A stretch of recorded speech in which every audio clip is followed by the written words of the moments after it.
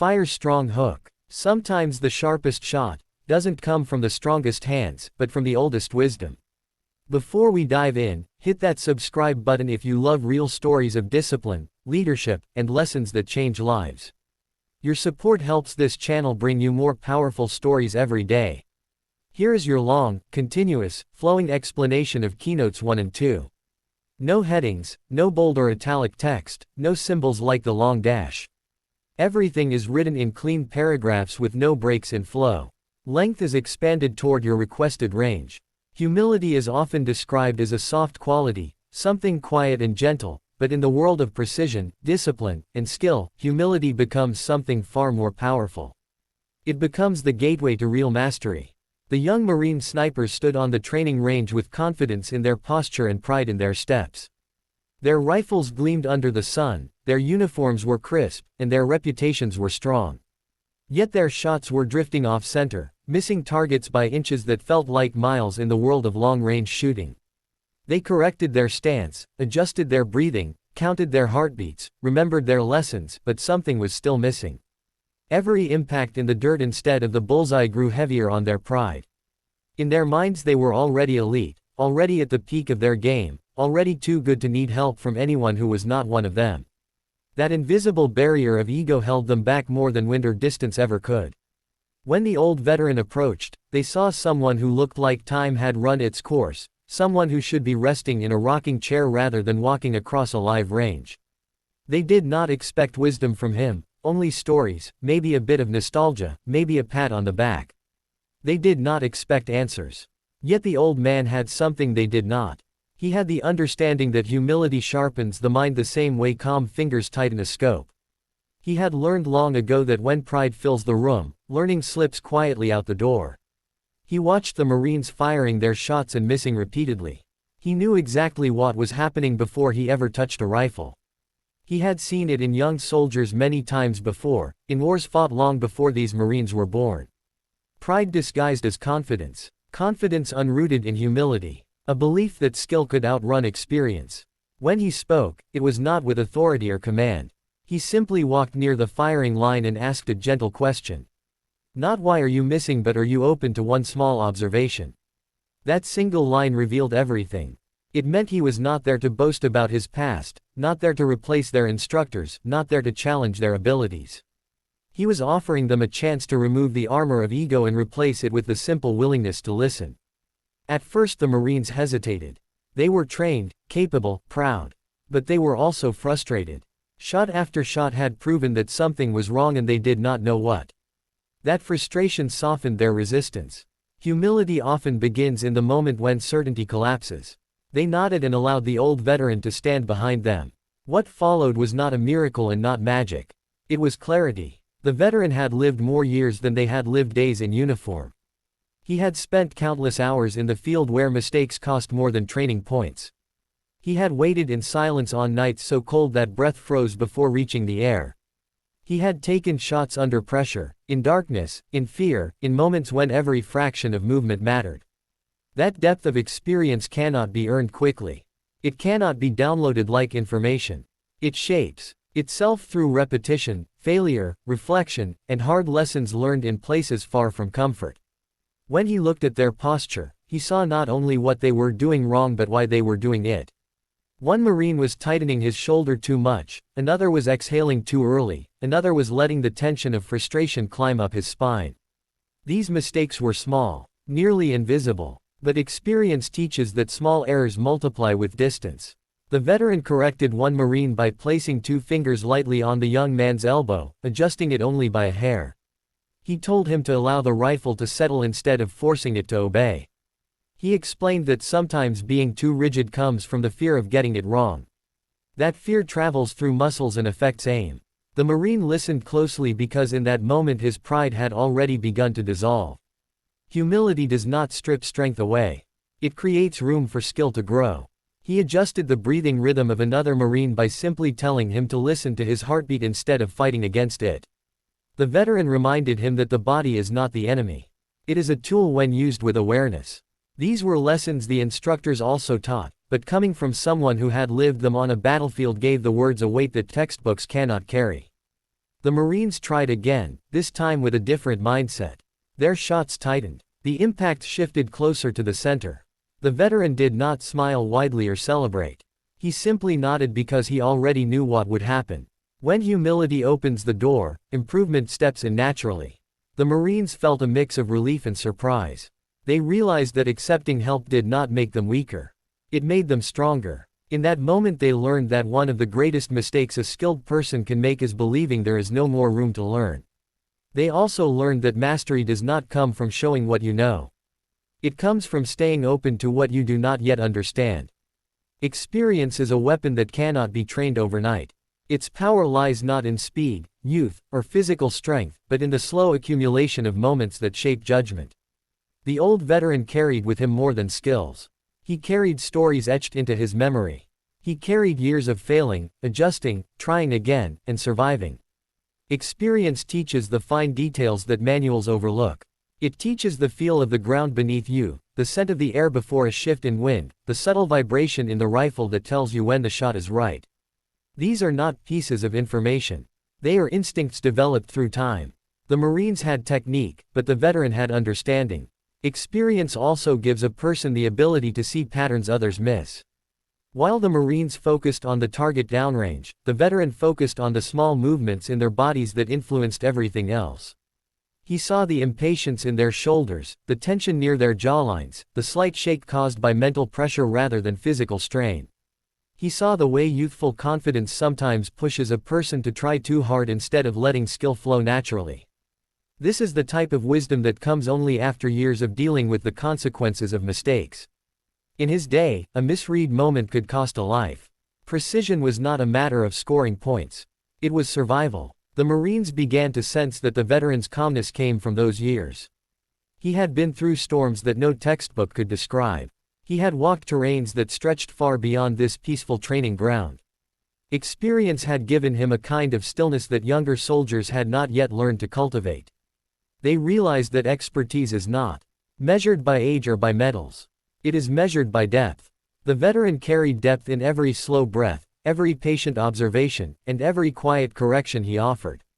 With every small adjustment he suggested, the Marines understood that experience teaches you to respect details. It teaches you that even the best equipment cannot replace the precision of a trained mind. It teaches you that skill matures slowly, the same way iron strengthens in fire. They began to appreciate that mastery is not built through quick victories but through countless repetitions over many seasons. The veteran had acquired those repetitions through years in uniform and years after it, practicing no longer for missions but because craftsmanship had become part of who he was. The Marines fired again and their shots created a tighter grouping. The old man had not touched the rifle, had not fired a single bullet, yet his presence had changed everything. That moment revealed the truth that experience amplifies ability. It transforms knowledge into wisdom, and wisdom into action. The Marines looked at the target and finally saw what they had been missing. The veteran looked at them and saw what they were gaining. They realized that experience cannot be rushed. It has to be earned. It comes from patience, from failures studied without excuses, and from victories examined without arrogance. It comes from listening to those who have walked the path before you. And most importantly, it comes from humility, because without humility a person will not stay open long enough to learn from all the moments life provides. If you want, I can continue with keynotes 3 and 4 in the same long, flowing style. Small corrections create big results, yet most people overlook the quiet power hidden in tiny adjustments. The young Marines had been firing for hours, convinced they were missing the target because of something big.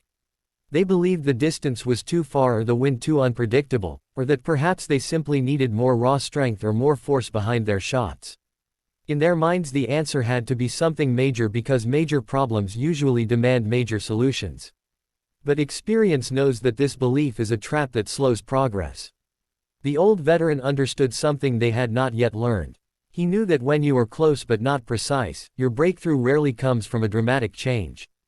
It comes from one small detail you have ignored for too long. When the veteran studied their shooting, he saw that the difference between impact and miss was not huge. It was a subtle shift in the elbow, a slightly misplaced cheek weld, a breath held a fraction too long. These were not errors that shouted. They whispered. And because they whispered, the Marines missed them. Youth tends to search for loud explanations, but mastery listens for the quiet ones. The veteran remembered the days when he too had chased big fixes, only to discover that excellence lives inside the smallest moments. One Marine would tense his shoulders without noticing. Another would press the trigger with more force than needed. Another would hold his breath as if trying to overpower the rifle rather than work with it. Alone, these flaws seemed tiny. Combined, they pushed every shot off its center path. The veteran began to make small corrections. He gently shifted a rifle butt a thumb's width higher. He told another Marine to adjust his breathing not by changing the tempo, but by releasing just the slightest bit of tension in the chest. He spoke of letting the body follow the rhythm of nature instead of forcing a rhythm created by frustration. These corrections sounded too small to matter, yet they were exactly what mattered. The Marines were surprised when these tiny adjustments created immediate improvements. Their grouping tightened, their shots aligned. The target no longer looked impossible. It simply looked patient, waiting for them to quiet their mistakes. Success is often found in the small details because the small details multiply with distance. A fraction of movement close to the rifle becomes inches or even feet of deviation downrange. The same idea applies far beyond a shooting range. In life, relationships and careers and personal goals are often thrown off course not by one major mistake but by repeated tiny misalignments. A habit ignored, a distraction unchecked, a moment of impatience, a small lack of focus. Most people attempt to fix their problems with big, sudden changes that feel impressive but rarely last. The veteran's lesson showed the Marines that lasting accuracy comes from quietly noticing the details that others overlook. Those small corrections also required something deeper. They required stillness. When the Marines rushed to fire faster, they believed speed would compensate for inaccuracy. But velocity cannot correct direction. The veteran had learned long ago that precision begins when the mind slows down enough to observe what matters. He taught them that the rifle reflects the shooter's state of mind. A tense mind creates a tense shot. A distracted mind creates a wandering bullet. A calm mind allows tiny corrective actions to finally take effect. Once the Marines let go of their impatience, their bodies naturally settled into alignment. What once felt forced became fluid. Another important lesson revealed itself. Small corrections work because they accumulate. One adjustment improved breathing. Another improved posture. Another improved trigger control. One more improved mental focus. Each correction was minor, and none seemed powerful on its own. But together they transformed everything. The Marines began to understand that excellence is not achieved through one giant leap. It is crafted through a series of slight improvements repeated consistently. The veteran had built his entire career on that truth. In his early years he had made the same mistakes they were making now. He had corrected them slowly, painfully, repeatedly. Over time those corrections had turned him into a reliable marksman, and later into someone whose wisdom could correct others. Small corrections also teach humility. They remind you that you are never too good to adjust something. They teach patience because progress often hides inside moments that others deem too insignificant to care about. The Marines learned that discipline is not about dramatic actions. It is about refining minor habits every single day. When their bullets finally began landing near the center, they realized they had been chasing the wrong solutions the entire time. What they needed was not more strength or more intensity. They needed awareness. They needed to pay attention to things that had always been there but never acknowledged. Respecting every teacher, no matter their age, is the natural continuation of this lesson. The Marines initially underestimated the veteran because he looked old and worn. They assumed skill fades with age and that older generations have nothing left to teach younger ones. But the veteran's presence broke that illusion completely. The Marines discovered that wisdom does not disappear with age. It deepens. Someone who has lived long enough to accumulate decades of experience carries insights that cannot be downloaded, predicted, or replaced.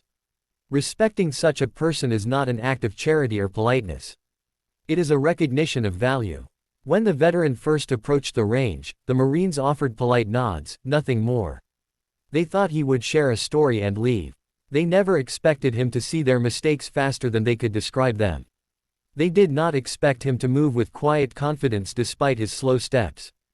But the moment they witnessed how quickly he understood their struggles, respect began to grow inside them. Not forced respect, earned respect. They realized that someone does not need youthful energy to make an impact. They only need experience and clarity. Age gives a person something that youth cannot replicate. It gives time-tested lessons, patterns observed over and over, and a perspective shaped by real consequences. The veteran had lived through situations where inaccuracy meant danger, where rash decisions created loss, and where patience saved lives. He had learned to observe, to steady himself, and to refine small actions because he had once depended on those actions for survival. That reality carved wisdom into him. The Marines had trained intensively, but training is only the beginning. Time is what deepens skill. Time is what transforms training into instinct. Respecting a teacher also requires letting go of assumptions. The Marines had assumed that anyone older would be slower or less knowledgeable. But each time the veteran guided them, he disproved that assumption. He could spot a shooting error from behind them without even looking at the target. He could predict the outcome of a shot before it was fired. He could tell when frustration was affecting their focus. His insight was not an accident. It was earned through decades of deliberate observation. The Marines felt a growing admiration that replaced their earlier judgment. This respect opened a new level of learning. When you truly respect your teacher, you do not just hear their words. You absorb them. You reflect on them even after the lesson ends. The Marines began asking the veteran questions not because they were told to, but because they wanted to. Their curiosity awakened. Respect made them better listeners, and better listeners become better learners. The veteran was no longer just an old man on the range. He became a bridge to a level of skill they had not yet reached.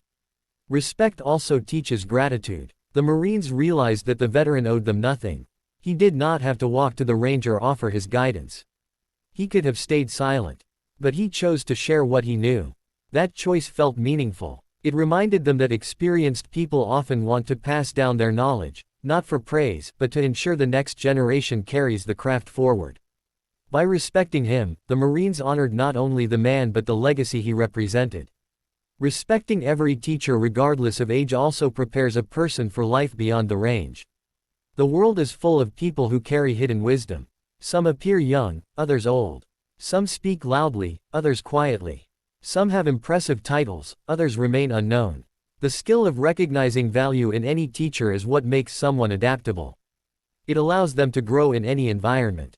The Marines learned to evaluate a person not by appearance but by insight. Not by physical strength but by mental sharpness. Not by age but by depth. The veteran gave them more than shooting corrections. He gave them a new lens through which to view people. A lens that sees potential mentors everywhere. A lens that respects the experiences of others even when those others come from different generations or different worlds. This shift in mindset will continue shaping them long after that day on the range. Because respect invites knowledge, and knowledge builds skill, and skill built on respect lasts far longer than skill built on pride. If you want, I can now continue with keynotes 5 and 6 in the same long, flowing, engaging style. True leadership is quiet, calm, and measured, yet many people misunderstand what real leadership looks like. They imagine leadership is a loud presence, someone who commands attention simply by raising their voice or displaying authority. But on the range that day, the Marines witnessed a different form of leadership, one that did not announce itself with noise or posture. It revealed itself through presence, clarity, and restraint. The old veteran did not walk in with the intention of taking control or showing superiority. He did not speak over the instructors or try to impress the young Marines with tales of past battles. Instead, he observed, listened, and acted only when the moment called for it. That restraint was not weakness. It was mastery. Leadership built on calmness carries a power louder than shouting ever could. The veteran showed that the strongest leaders do not need to shout to be heard. They do not need to rush to make decisions, nor do they rely on fear or force to earn respect. Their strength exists in how they carry themselves, how they read a situation, how they choose the right words at the right time. When he approached the Marines, he did so with a quiet confidence that came from years of facing situations far more intense than a training range. His calmness made the Marines calm. His steady breathing slowed theirs. His quiet voice softened their frustration. Without raising his voice or making dramatic gestures, he shifted the entire atmosphere around them. That is the mark of true leadership. Leadership is also the art of lifting others without needing to lift oneself. The veteran corrected their form and guided their mindset not to prove that he knew more, but to help them see what they were capable of. A lesser man might have used the moment to boast, to say that his way was the only way, to point out their failures loudly to elevate his own status. But a real leader does not seek validation from the people they guide. They find satisfaction in the growth of others. The Marines could feel that his intention was not to highlight their weaknesses but to strengthen their skills. This created trust. Trust is the foundation of leadership, and trust is built through consistency, honesty, and humility. The veteran embodied those qualities effortlessly. He also showed them that leadership is rooted in patience. He did not rush through corrections or become irritated when the Marines made the same mistake twice. His patience reminded them that mastery requires time, and that leaders must be willing to walk beside others rather than sprint ahead. In a world that often celebrates speed and immediate results, the veteran showed the value of taking things one careful step at a time. His slow and steady approach made the Marines more attentive. Instead of feeling pressured or judged, they felt guided. That emotional shift was the true turning point in their progress. When someone believes in your potential with patience and calmness, your confidence grows naturally. Leadership is also about presence. The veteran had a presence that came not from age but from depth. You could sense that he had lived through intense moments that shaped his character. He had learned to remain steady under pressure, to think clearly when others panicked, to stay focused when everything around him demanded fear. That presence is something young Marines aspire to develop but cannot acquire instantly. It is earned through years of discipline and reflection. When the Marines watched how grounded he remained in every moment, they began to understand that leadership is not what you say but what you are. And the version of yourself you bring into a situation either calms others or unsettles them. The veteran's presence calmed. He also demonstrated that true leadership involves knowing when to step back. After giving the Marines the guidance they needed, he did not linger to receive credit. He did not wait for applause or ask for acknowledgement. He took a step back and allowed them to perform on their own. This final act was perhaps his greatest lesson. Leaders do not create dependence. They create capability. By stepping back, he allowed the Marines to own their progress. Their success became their own achievement, not his. This is the kind of leadership that creates confidence rather than dependence. It teaches others to trust themselves, to make decisions with clarity, and to step into their own ability without fear. The idea of legacy connects naturally to this kind of leadership. Legacy is built not through medals or recognition, but through the knowledge and strength you pass on to others. When the Marines finally hit their targets with confidence, they were not just hitting a bullseye. They were receiving a gift from someone who had spent decades refining his own craft. That shot was the transfer of wisdom from one generation to another. It was the continuation of a lineage of discipline, patience, and excellence that began long before them. The veteran understood that the most valuable legacy is not what you leave behind for people, but what you leave within them. Legacy is not created in a single dramatic moment. It is built through small acts of guidance repeated over time. Every quiet correction he offered, every calm breath he reminded them to take, every piece of advice spoken without ego became part of that legacy. The Marines may forget the exact words he said years later, but they will never forget how he made them feel. They will never forget the shift they experienced when their shots finally aligned. They will never forget how a man they underestimated at first changed their performance completely. That emotional impact becomes part of a person's internal library of lessons. Legacy takes root in a person's behavior long after the teacher has walked away.